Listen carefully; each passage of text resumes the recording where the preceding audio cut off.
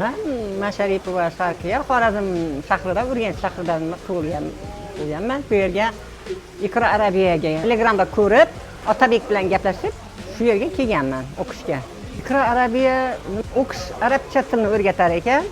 Yoshlar uchun shunaqa yaxshi imkoniyat. Agar yoshlar kelaman desa, juda yaxshi imkoniyat. Endi men ham yoshim bir chekkaga bordi, lekin harakat qilyapman o'rganishga. Qiyin bo'lsa ham, lekin yoshlarga juda yaxshi imkoniyat bu. Yoshlarga tavsiya qilaman kelishni. Bu yerda ham o'qiydi, ham umra qiladi, ham sayohat bor ekan. Kecha sayohatga bordik, mazza qilib keldik. Toifga bordik.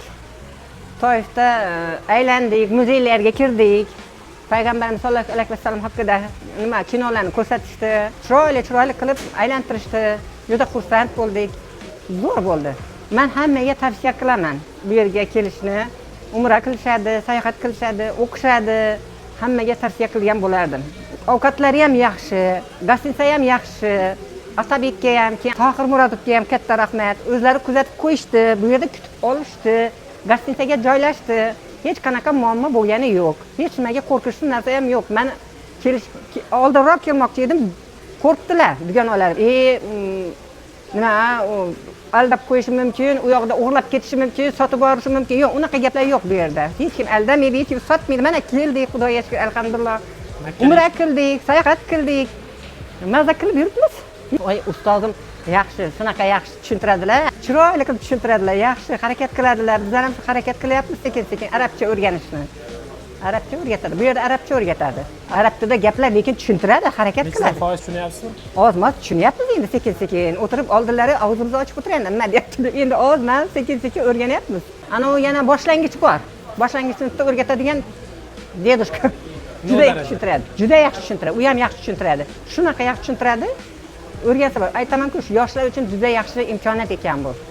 Agar yosh bo'lganimda men voy degan bo'lardim. 8 oyga qolgan bo'lardim. Birorta jumlalarni o'rgandingizmi?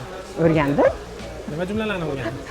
Ahlan sahlan, sabohin nur, ertalab yaxshimisiz, yaxshiyat turdingizmi? Sanashni o'rgandik. Vahidin itnan, ahlan sahlan, sabohin nur, sanashni o'rgandik. Ana etajga chiqib zindalarni ana aytishni o'rgandik. Qulayliklar zo'r. Masalan, avtobusda olib keladi.